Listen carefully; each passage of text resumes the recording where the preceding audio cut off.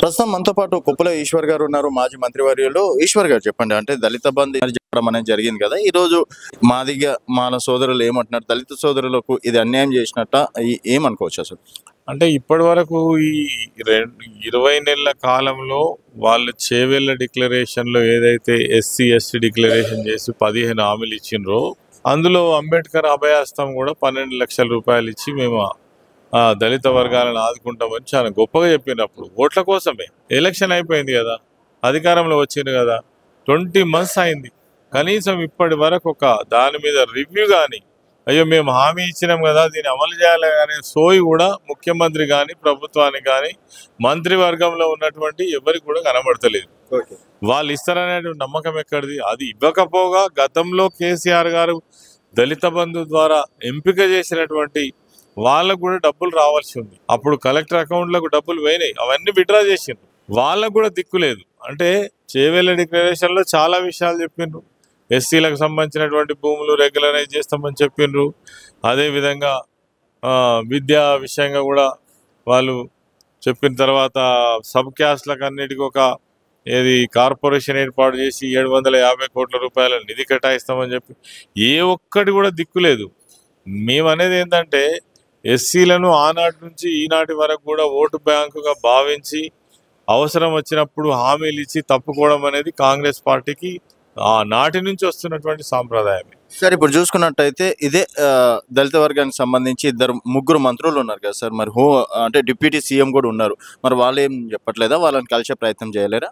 అంటే కలిసినా కానీ వాళ్లకు ఈ విషయాల మీద కనీసమైనటువంటి జాస కూడా లేనట్టుగా కనబడతా ఉంది. ఉంటే డిప్యూటీ సీఎం గారు, మరి ఆయన దళితుడే, గతంలో చాలా సీనియర్ నాయకుడు, ఒక రివ్యూ చేయాలి కదా, వీటి గురించి మాట్లాడాలి కదా, దళిత వర్గాలను మేధావులను పిలిచి మాట్లాడాలి కదా. 20 నెలల నుంచి మాట్లాడలే, ఇంకా కాసేపు అయితే వాళ్ళ ప్రభుత్వం గడువు కూడా దగ్గర పడుతుంది, ఇంకెప్పుడు చేస్తారండి?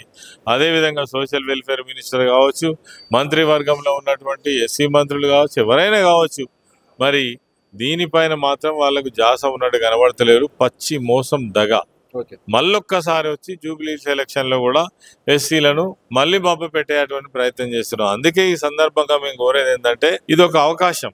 వీళ్లకు వాళ్ళ హామీలన్న గుర్తుకు రావాలంటే ప్రజలు ఒక షాక్ ఇవ్వాల్సిన అవసరం ఉంది. అందులో మా ఎస్సీ వర్గ కాంగ్రెస్ కు హటావ్, తర్వాత దళిత్ కు బచావ్ అనేటువంటి నినాదంతో ఈ ఎలక్షన్లలో ముందుకు పోవాలని ఈరోజు మేము పత్రికాముఖంగా పిలిపివ్వడం జరిగింది. దానికి అనుగుణంగానే మా ఎస్సీ సోదరులందరూ కూడా ముందుకు పోతారని మేము అనుకుంటున్నాం. సార్, ఇప్పుడు దాదాపుగా 25,000 నుంచి 30,000 ఓట్ బ్యాంక్ వరకు ఉంది సార్ ఎస్సీ కమ్యూనిటీకి సంబంధించి. మరి ఆ ఓట్ బ్యాంక్ రూపంలో ప్రజలు బుద్ధి చెప్తారనుకోవచ్చు. ఎందుకు చెప్పారండి? ఇప్పుడు గవర్నమెంట్ ఇచ్చిన హామీలు ఎవరు మర్చిపోలేదు. మళ్ళీ చెప్పిన హామీలు అమలు చేయరు, కానీ మళ్ళీ కొత్త హామీలు ఇస్తారు. ఇవన్నీ నమ్మడానికి ఎన్నిసార్లు నమ్ముతారు? ఒకసారి నమ్ముతారు, 2 సార్లు నమ్ముతారు.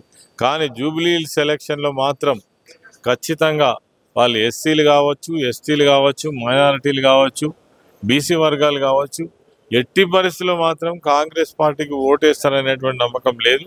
మేము కూడా ఫీల్డ్లో తిరుగుతున్నాం. తీవ్రమైనటువంటి వ్యతిరేకత ఉన్నది ఈ ప్రభుత్వం పైన.